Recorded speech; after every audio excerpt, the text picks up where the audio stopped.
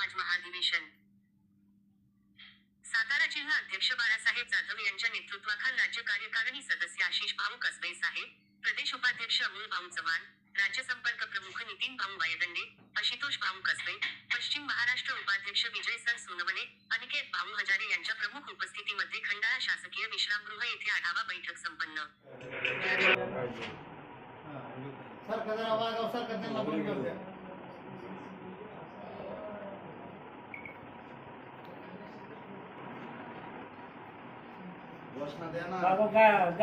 लहुजी शक्ती सेनेचा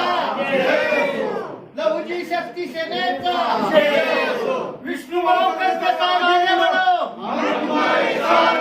आशीष भाऊ कसबे साहेब आगे बढ़ो।